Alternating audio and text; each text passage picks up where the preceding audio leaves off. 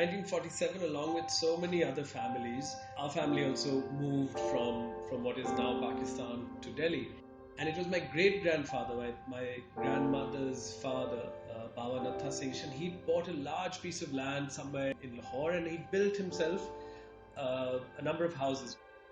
I remember very distinctly through my school years here, sitting with my grandparents and going through the family albums, and sometimes my father would come in and there were photographs of his childhood playing in the large lawns of this rather grand house. And it was quite distinctive. It had this circular sort of entrance porch, and I remember it very vividly. I went to England to study, and I was studying architecture.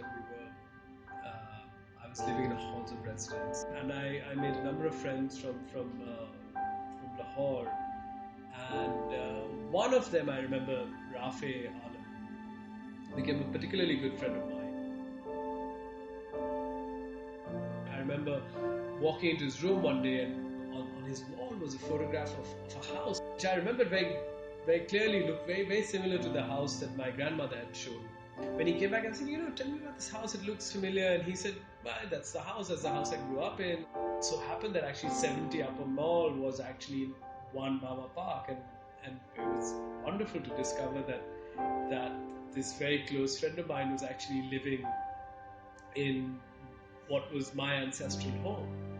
And it was only after that I really had a desire to sort of go and visit him and Lahore. And it was the first time I'd actually been to Pakistan, and I stayed in the house that was my great-grandfather's. And I remember that being a sort of really wonderful moment.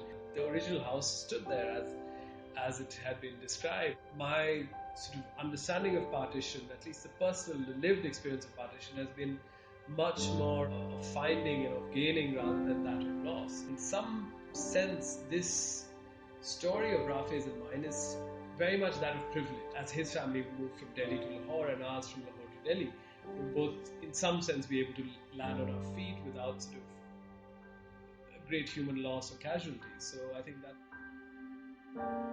And now we're coming up to 70 years, so I'm still in search of a lawyer who's going to help me get about seven decades of rent out of Mr. Rafe.